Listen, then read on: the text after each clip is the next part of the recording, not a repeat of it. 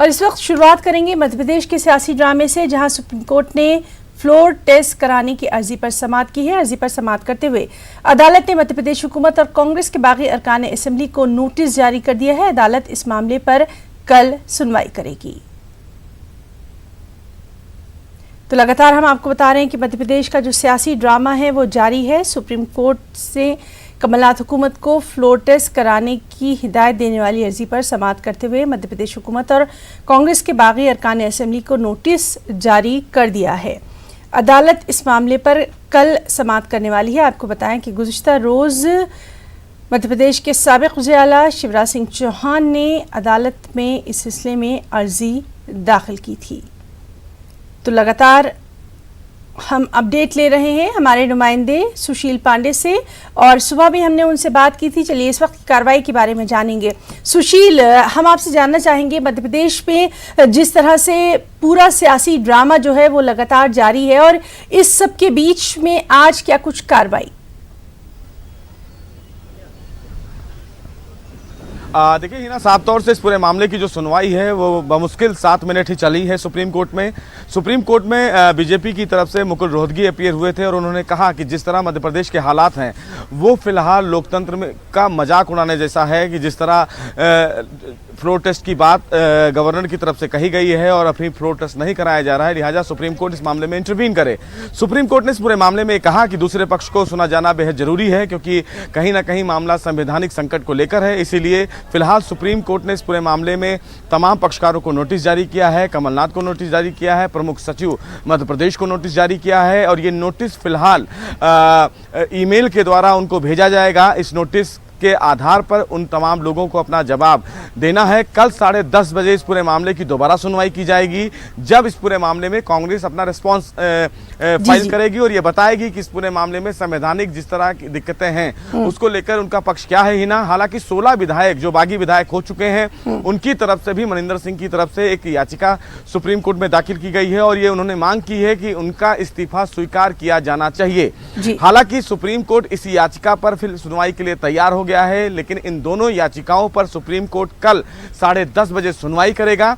अब इस पूरे मामले में कल देखना होगा कि क्या सुप्रीम कोर्ट का अहम फैसला होता है, लेकिन उम्मीद बहुत कम है हिना कि आज जो गवर्नर ने आदेश दिया था कि 17 तारीख को ही फ्लोर टेस्ट करवाया जाए, ऐसे में अब सुप्रीम कोर्ट जब इस पूरे मामले में इंटरवीन कर चुका है तो ये जानकारी गवर्नर को दी जाएगी कि चूंकि इस पूरे मामले में अभी सुप्रीम कोर्ट का कोई अहम आदेश जारी नहीं किया है इस पूरे मामले को लेकर, लिहाजा फ्लोर टेस्ट ना कराया जाए। लेकिन दोनों मामले अलग अलग हैं हिना, क्योंकि अभी तक सुप्रीम कोर्ट ने गवर्नर के द्वारा जो फ्लोर टेस्ट का आदेश है उस पर कोई रोक नहीं लगाया है। अब ऐसे में देखना यह है कि क्या गवर्नर इस पूरे मामले में सुप्रीम कोर्ट के आदेश का इंतजार करते हैं, या आज फ्लोर टेस्ट का जो उन्होंने समय रखा है उसी आधार पर किया जाएगा। लेकिन फिलहाल इस पूरे मामले में सुप्रीम कोर्ट याचिका पर सुनवाई को तैयार भी हो गया है और संबंधित पक्ष को नोटिस भी जारी कर दिया है। अब इस मामले में देखना बेहद अहम होगा कि कल इस पूरे मामले में कांग्रेस की तरफ से क्या कुछ दलीलें दी जाएंगी। हालांकि जो कांग्रेस के वरिष्ठ तमाम जो वकील थे वो कोर्ट में आज आए नहीं थे, क्योंकि उनको भी ये पता था कि इस पूरे मामले में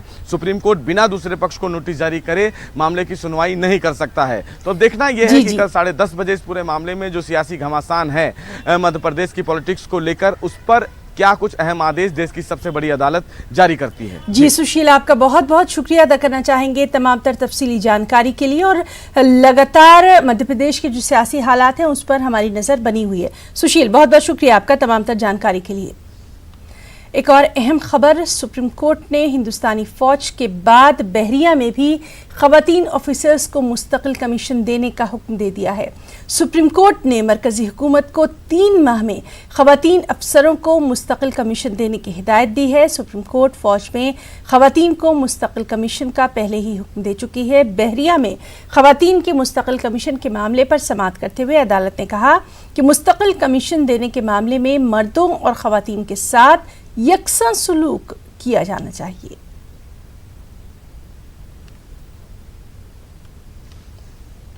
और अब खबरें कोरोना के ताल्लुक से।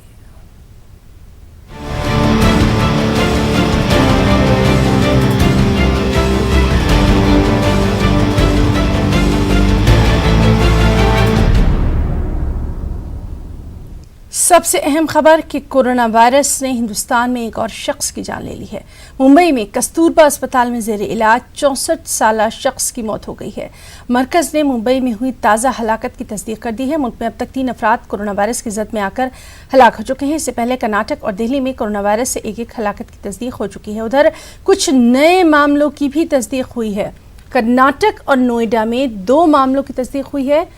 अब तक 125 से ज़्यादा मामले मुल्क की मुख्तलिफ रियासतों में रोशनी में आ चुके हैं। मरकज के ज़ेर इंतज़ाम लद्दाख में कोरोना वायरस के मज़ीद 3 मामलों की तस्दीक हो गई है। इस सब के बीच मरकज ने अफगानिस्तान, फिलिपाइन और मलेशिया से हिंदुस्तान आने वालों पर पाबंदी आयद कर दी है। कोरोना वायरस के बढ़ते असरात के पेश नज़र ये फैसला लिया गया। आज दोपहर 3 बजे के बाद कोई भी फ़्लाइट इन ममालिक से हिंदुस्तान नहीं आएगी और ये सफ़री पाबंदी 31 मार्च तक जारी रहेगी। इस सब के बीच लोगों से अवामी मुकामात पर जाने से परहेज़ करने को कहा गया है। महकमा आसार क़दीमा ने लाल किला, इंडिया गेट, ताजमहल समेत दीगर अहम सियाहती मुकामात को 31 मार्च तक बंद करने का अहम फैसला ले लिया है। और बेहद अहम खबर, मरकजी वज़ीर सेहत डॉक्टर हर्षवर्धन सदर जमहूरिया रामनाथ कोविंद से मुलाकात करने वाले हैं। कोरोना वायरस के पेश नज़र वो सदर जमहूरिया से मुलाकात करेंगे। तमाम तर जो अभी तक हालात रहे हैं उससे सदर जमहूरिया को वाकिफ़ करवाएंगे डॉक्टर हर्षवर्धन। साथ ही साथ क्या कुछ इक़दामात लिए जा रहे हैं इसके ताल्लुक़ से भी सदर जमहूरिया रामनाथ कोविंद को वो तमाम तर जानकारी देंगे। तो बेहद अहम खबर, जिस तरह से मरकज़ी हुकूमत जो है वो तमाम तर एहतियाती इक़दामात उठा रही है, तमाम तर जो तदाबीर हैं वो की जा रही हैं और इन तमाम एहतियाती इक़दामात से लगातार अरकान पार्लियामेंट को भी वाकिफ़ करवाया जा रहा है। वज़ीर-ए-आज़म नरेंद्र मोदी से भी डॉक्टर हर्षवर्धन की मुलाकात हो चुकी है और अब सदर जमहूरिया रामनाथ कोविंद से भी वो मुलाकात करने वाले हैं।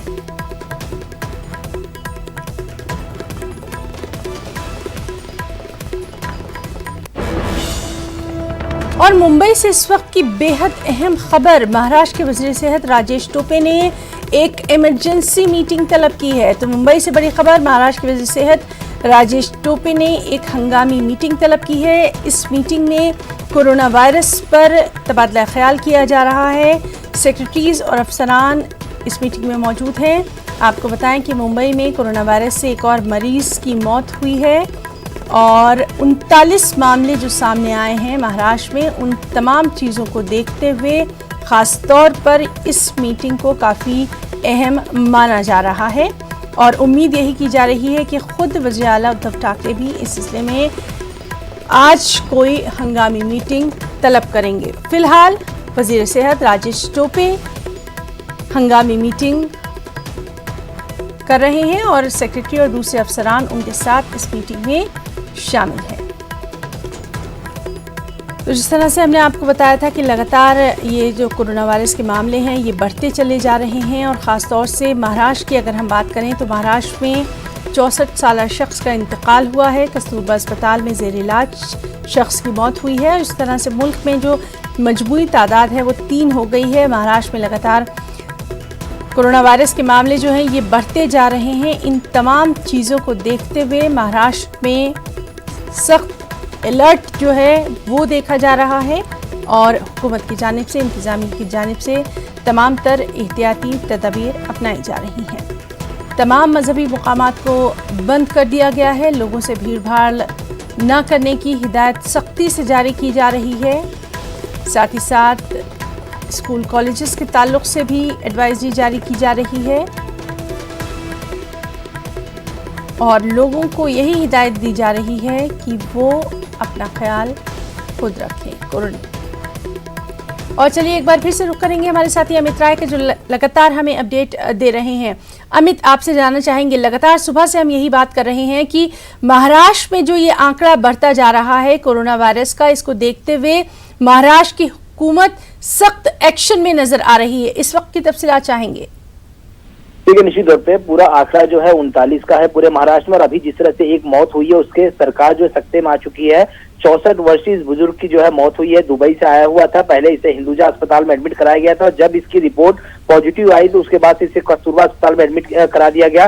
4 से 5 दिन पहले जो इसे एडमिट कराया गया था और आज जो है इसकी मृत्यु हुई है। और ये भी बताया जा रहा है कि इसके अलावा भी जो है इसे कई और बीमारियों से ग्रसित था, चाहे किडनी की बीमारी, डायबिटीज, हाइपरटेंशन, निमोनिया, इन सारी बीमारियों से ग्रसित था और इसकी मृत्यु हुई है। जिस तरह से एक मृत्यु हुई और आंकड़े लगातार बढ़ रहे हैं उससे सरकार भी सख्ते में आ चुकी है और महाराष्ट्र के स्वास्थ्य मंत्री राजेश टोपे ने तुरंत जो है सभी विभाग के सचिवों की और अधिकारियों की बैठक बुलाई है। ये बैठक जो है सह्याद्री अतिथि गृह में चल रही है। कोरोना वायरस को लेकर बैठक चल रही है और इसमें कुछ महत्वपूर्ण निर्णय भी लिए जा सकते हैं और जिले के जितने भी कलेक्टर हैं, जो कमिश्नर हैं, एसपी हैं और जो डॉक्टर्स हैं, इन सबके साथ जो है वीडियो कॉन्फ्रेंसिंग भी हो रही है और लगातार जो है हर इलाके के हालात का जायजा भी लिया जा रहा है। लेकिन जिस तरह से 39 का आंकड़ा पहुंच चुका है, एक की मृत्यु हो चुकी है, निश्चित तौर पर हम कह सकते हैं कि महाराष्ट्र में जो है इस समय चिंता का विषय बना हुआ है।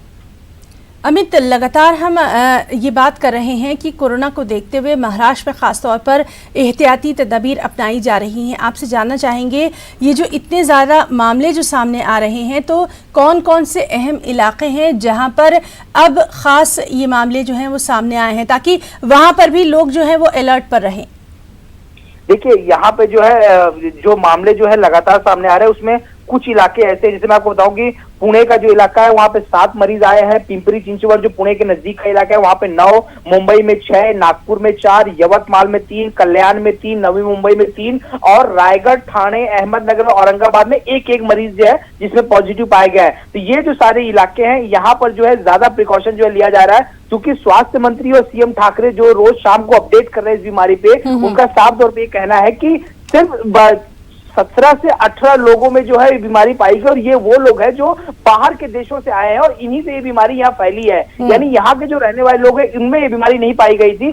जब ये लोग रिटर्न आए यहाँ पे महाराष्ट्र में तब इस बीमारी को जो है पाया गया और इनसे जो है बीमारी फैल के आज 39 लोगों में पॉजिटिव जो है पाया गया है। तो कहीं ना कहीं लोगों को बाहर आने से भी रोका जा रहा है, मना किया गया है कि कोई भी लोग कदम न रखें और एहतियातन जो है बहुत सारे उपायों को जो है सामने लाया गया है, एहतियातन कड़े कदम भी उठाए गए हैं।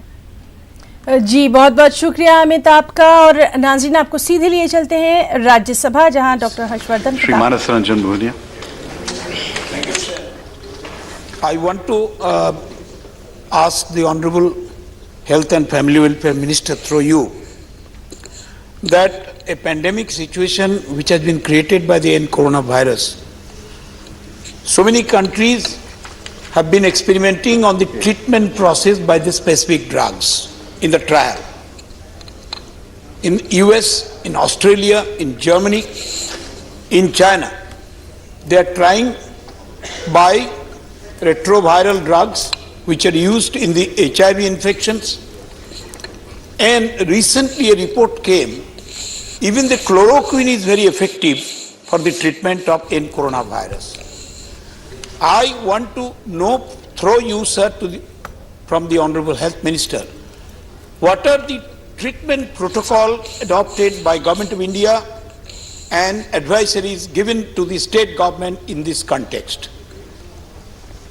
I have to inform the honourable member through you and the House that our scientists at ICMR, they are in touch with everything that is happening on this particular front all over the world.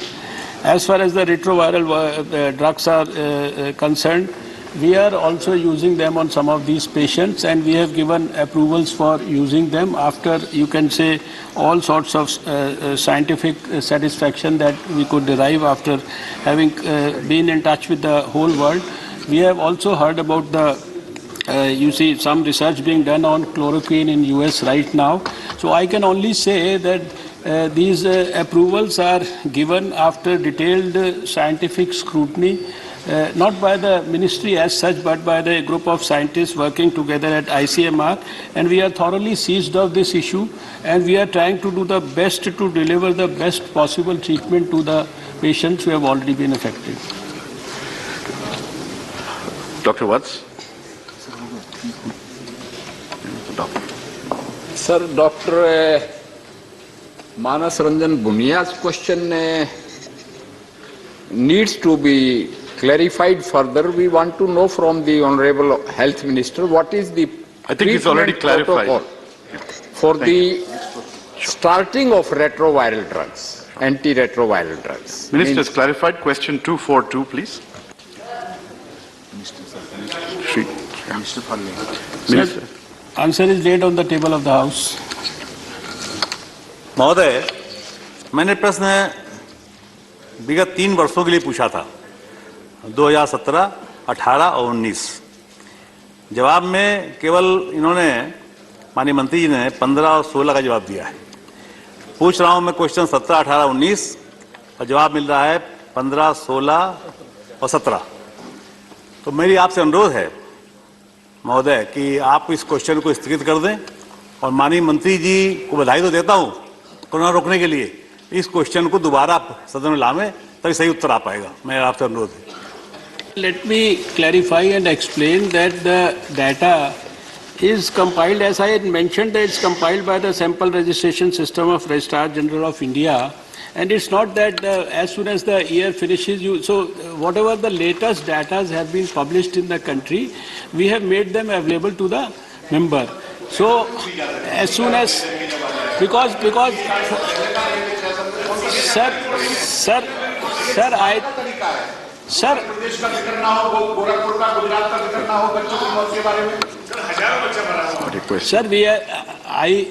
if you want the details of every incident that has taken place in the country, that is not the part of the question.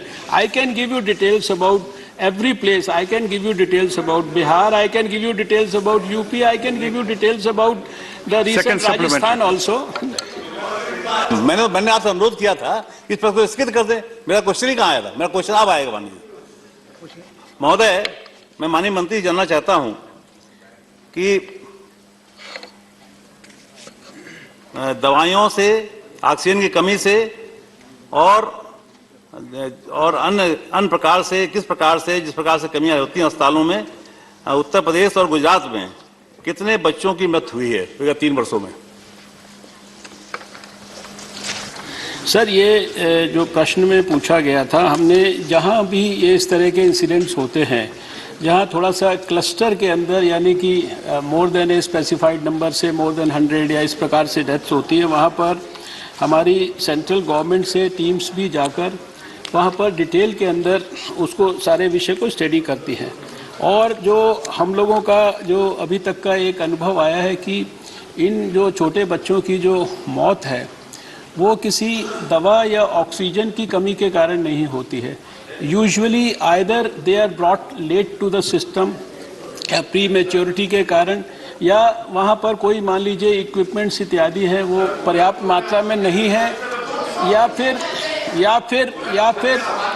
इसलिए national health mission में हम लोग सभी देश के अंदर जो हमारा जो इसके लिए मातृ सुरक्षा और शिशु सुरक्षा के लिए जो कार्यक्रम है उसमें हम हर एक स्टेट गवर्नमेंट को पर्याप्त ये फैसिलिटी देते हैं कि वो अपने सिस्टम को हर तरीके से, in terms of improvement of man power, in terms of improvement of equipments, in terms of maintenance, in terms of procuring new equipments, वो जो भी हमारे को अपने प्रोग्राम इम्प्लीमेंटेशन PIPs में डिटेल्ड प्रपोजल्स बना के देती है, उन सारे प्रपोजल्स के ऊपर हम लोग भारत सरकार से पूरी सहायता करते हैं।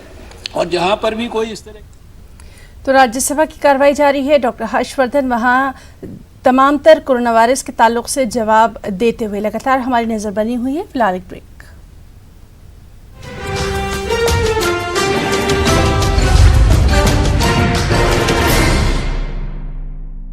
मुल्तानी Coca coffee 16 channels, 15 languages, 26 states, 1200 plus reporters, 66.9 crore viewers. India's largest news network, News 18 Network.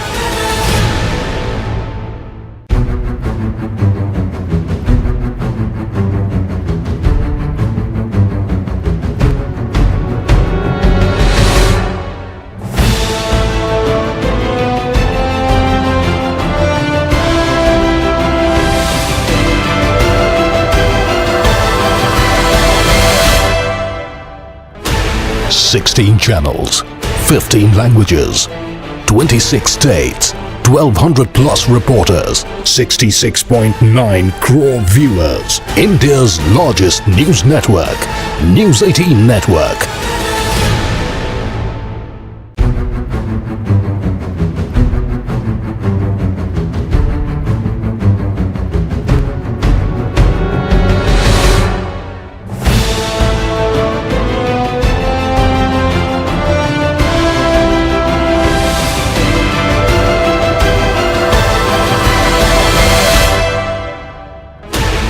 Sixteen channels, 15 languages, 26 states, 1200 plus reporters, 66.9 crore viewers. India's largest news network, News 18 Network.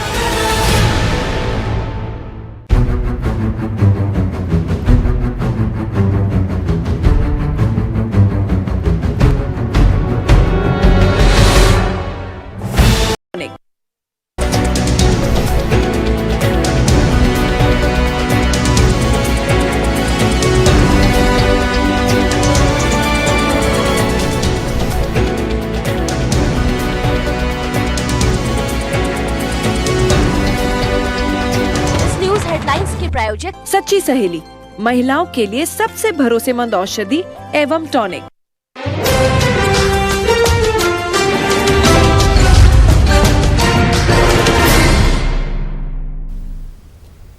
अहम खबर तेलंगाना से, जहां जिला रंगारेड्डी के चेवड़ा मंडल में दिशा तर्ज का एक और केस सामने आया। पुलिस की रिपोर्ट के मुताबिक एक 30 साला खातून की नामालूम अफराद ने इस्पतरेज़ी की, फिर उसके बाद उसको कत्ल कर दिया। मकामी अफराद ने एक ब्रिज के नीचे खातून की लाश देखकर पुलिस को इत्तला दी। पुलिस ने मौके पर पहुंचकर सूरत हाल का जायज़ा लिया। पुलिस CCTV फुटेज का जायज़ा ले रही है। चेवड़ा DSP रविंद्र रेड्डी ने अपनी टीम के हमरा मुकाम हादसे का दौरा किया है।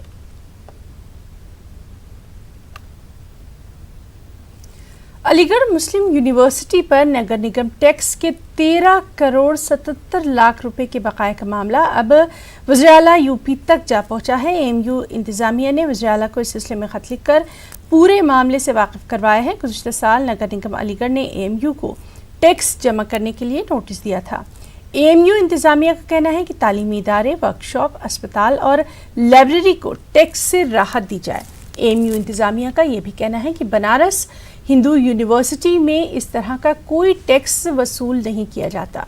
सूबाई हुकूमत का ही एक ऑर्डर 10 अप्रैल 1990 का है, जिस पर कहा गया कि जो भी तालीमी इदारे हैं उनके क्लासरूम्स, अस्पताल और लाइब्रेरी को टैक्स से पूरी तरह से छूट होगी। फिलहाल AMU इंतज़ामिया ने वज़ीर-ए-आला से खत लिखकर दरख्वास्त की कि वो मज़कूरा टैक्स से राहत दिलवाएं।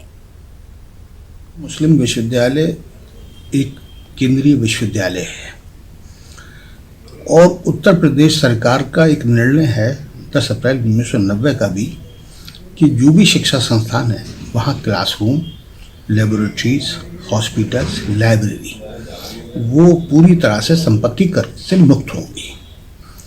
विश्वविद्यालय के ऊपर अलीगढ़ के नगर निगम द्वारा 13 करोड़ 77 लाख रुपए का एक नोटिस भेजा गया है कि उसका आप भुगतान कर दीजिए। उस 13 करोड़ में 7,33,000 जो है वो उसके इंटरेस्ट के हैं। वो 7 करोड़ 33 लाख जो है वो उसके इंटरेस्ट के हैं। यूनिवर्सिटी ने कहा है कि बनारस हिंदू विश्वविद्यालय की तरह हमें भी संपत्ति कर में जो छूट है वो दी जाए। नगर निगम अधिनियम के तहत गृह कर क्षेत्र में आने वाली संस्थाओं पे लगता है। इनमें मूल और ब्याज सहित लगभग 14 करोड़ के आसपास का बकाया है, जो हम अपनी विधिक कार्रवाई कर रहे हैं और हमने नोटिस जारी किया है इस कर को जमा करें। इस संदर्भ में पहले एक बैठक माननीय मंडलायुक्त के यहाँ हुई थी, जिसके क्रम में हमने संदर्भ को शासन में भेजा था। शासन ने भी नगर निगम के पक्ष को माना और उसके अनुसार हमने पुनः नोटिस दी तो संस्था अपने बकाये को जमा करे, जिससे नगर की जो साफ सफाई और सामान्य व्यवस्थाएं हैं उसको सुचारू रूप से चलाने के लिए हमें इन्हीं स्रोतों पर निर्भर होना होता है। दिल्ली फसादात के मुताबिक मध्य प्रदेश से बड़ी खबर, जहां इंदौर से प्लेटफॉर्म टिकट की कीमत में इजाफा है। 50 रुपये में मिलेगा प्लेटफॉर्म। मगरबी रेलवे के रतलाम मंडल में नई शरह आज से नाफिज होगी। रेलवे स्टेशन पर भीड़ न बढ़े इसलिए टिकट की कीमत बढ़ाई गई है। तो इंदौर से कोरोना वायरस की जांच के 18 नमूने भेजे गए हैं। आपको अहम खबर दे दें, मध्य प्रदेश के इंदौर से ये अहम खबर है, जहां प्लेटफॉर्म टिकट की कीमत में इजाफा किया गया है। 50 रुपये में प्लेटफॉर्म टिकट मिलेगा और कोरोना वायरस को देखते हुए भीड़ ना बढ़े इसलिए ये पहल की गई है मगरबी रेलवे के रतलाम मंडल में। आपको बताएं कि इंदौर से कोरोना वायरस की जांच के लिए 18 सैंपल्स भेजे गए हैं।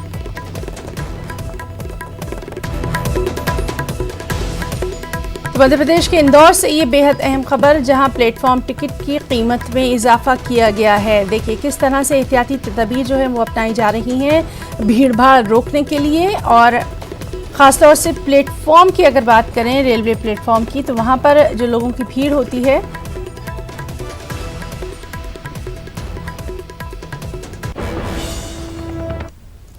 दिल्ली फसादात के मुतासरीन की बाज़ाबातकारी के लिए मुल्क भर में कोशिशें की जा रही हैं। इसी ताल्लुक़ से अलीगढ़ मुस्लिम यूनिवर्सिटी के जवाहरलाल नेहरू मेडिकल कॉलेज के रेजिडेंट डॉक्टर्स एसोसिएशन ने अपनी तनख्वाहों का कुछ हिस्सा मुतासर अफराद की मदद के लिए वक्फ करने का फैसला किया था। इसी के तहत तकरीबन 22 लाख रुपए जमा किए गए हैं। रेजिडेंट डॉक्टर्स एसोसिएशन के सदर डॉक्टर हमजा मलिक ने प्रेस कॉन्फ्रेंस में इस बात की जानकारी दी और कहा कि हम लोग रोज़े अव्वल से मुतासर अफराद के लिए काम कर रहे हैं। गुज़िश्ता दिनों एक मेडिकल टीम भी दिल्ली में कैंप करके आई है। ये RD Jawaharlal Nehru medical college ने जिस तरह से पहले दिन से जो दिल्ली में दंगा हुआ था उसको पेश नज़र रखते हुए हमने पहले दिन से अपने रेजिडेंट के सामने ये बात रखी थी कि आरडीए इस मसले मसाइल को बड़ी गंभीरता के साथ ले रही है। और आरडीए ने सारे रेजिडेंट से अपील की थी इस चीज़ को लेकर के कि सब अपनी जो है अकाउंट से जो है अपनी 1 दिन 2 दिन 3 दिन 4 दिन 5 दिन की सैलरी कटवाएंगे। और लोगों ने ऐसा किया, जिसके चलते जो है लगभग 21 से 22 लाख रुपए जो है हम आरडीए ने इकट्ठा किया। खबरों में इतना ही। आदा।